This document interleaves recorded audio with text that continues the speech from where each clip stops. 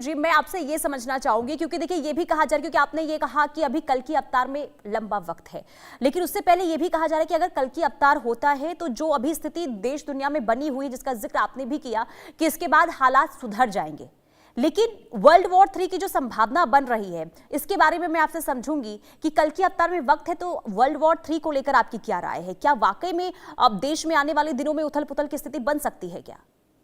जी, देखिए, अगर हम भारत की कुंडली के हिसाब से देखते हैं तो ये वृष लग्न की कुंडली है। लेकिन जब हम बात कर रहे हैं संवत की, तो उनके जो राजा है वो तो बृहस्पति है, लेकिन अंक वाइज सूर्य आ रहे हैं। सूर्य सत्ता के स्वामी के साथ साथ एक पावरफुल एनर्जी है। और वहीं अगर हम गुरु की बात करते हैं वो ज्ञान है, अगर मंगल की बात करते हैं तो वो सैनिक प्लेनेट है। तो यानी कुल मिलाकर के अगर हम ये सारा कॉम्बिनेशन देख रहे हैं तो हालात तो डेफिनेटली खराब होंगे। कुछ चीजों को लेकर के बदलाव भी होंगे, बड़े बड़े फैसले भी होंगे, महिलाओं के लिए फैसले होंगे, हमारे स्पोर्ट्स के लिए फैसले होंगे, हमारे जो ट्रांसपोर्ट सेक्टर है ये बहुत उठने वाला है, हमारा एग्रीकल्चर जो साइड है उससे बहुत बड़ा एक बूम मिलने वाला है। वहीं अगर हम मकर संक्रांति के आसपास देखेंगे तो सूर्य जब मकर राशि में प्रवेश करते हैं तो उस समय भी कुछ उथल पुथल के अंदेशे जो है वो देखने को मिल रहे हैं, क्योंकि वहां पे कहीं ना कहीं अष्टम और छठा भाव, ये दो भावों का कॉम्बिनेशन आपस में होता हुआ नजर आ रहा है। और अष्टम सडनली है, अचानक है, और जो हमारा छठा भाव है वो शत्रुओं का भाव भी माना जाता है। तो यानी कुल मिलाकर के सिचुएशंस बनने वाली है। लेकिन फिर भी कहते हैं ना, जहां शक्ति होती है, जहां भगवान का नाम होता है, वहां नेगेटिविटी कम होती है, वहां का ऑरा क्लीन होने लगते हैं।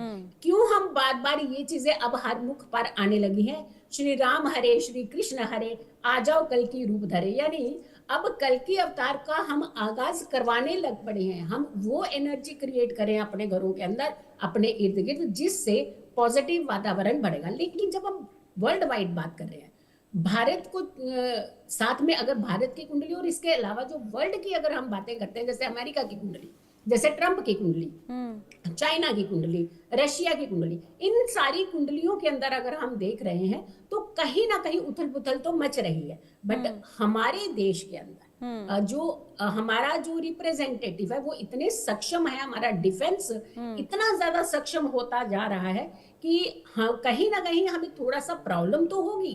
आएंगे तो, जो कहते हैं ना कि जैसे पड़ोसी देश है कभी सुधरेंगे नहीं, तो वो नहीं सुधरेंगे, अटेम्प्ट करेंगे, लेकिन हम भी छोड़ेंगे नहीं, क्योंकि हम सक्षम है उस चीज के लिए। वो समय बीत गया जो पहले थे, हम सुनते थे, टॉर्चर होते थे, अंदर घुस जाते थे। लेकिन आज समय रिटेलिएट का शुरू हो गया है कि कहीं भक्ति भी हमारे चरम पर आती जा रही है, शक्तियां भी चरम पर आती जा रही है, हमारा साधु संत समाज आगे बढ़ रहा है, एक पॉजिटिव एनर्जी का आगाज होता जा रहा है। जब ये सारी चीजें होती है तो कहीं ना कहीं एक नेगेटिव असर जो है वो धीरे कम होने लगता है। घटनाएं बहुत होनी है, अभी भी घटनाएं होंगी, अर्थक्वेक भी होंगे, अभी कुछ क्रैश होंगे, कुछ ऐसी चीजें होंगी। मंगल है, सूर्य है, इन दोनों के कॉम्बिनेशन बन रहे, तो प्रॉब्लम्स तो होगी, लेकिन हम उसे मेदनी ज्योतिष का वो देते हैं। जब हम इंडिविजुअल की बात करते हैं तो इंडिविजुअली ज्यादा घबराने की जरूरत नहीं है। हाँ, थोड़ा इफेक्ट होता है जब अगर कि मान लीजिए जो हमारी महंगाई है बढ़ेगी, यानी तो कि आप ये कह रहे हैं कि भारत जो है, जो चुनौतियां जो आएंगी उसे भारत इजीली, यानी कि जो पॉजिटिविटी है भारत के अंदर उससे आसानी से निपट जाएगा। लेकिन शिवानी शर्मा जी, मैं आपसे ये समझूंगी कि 2026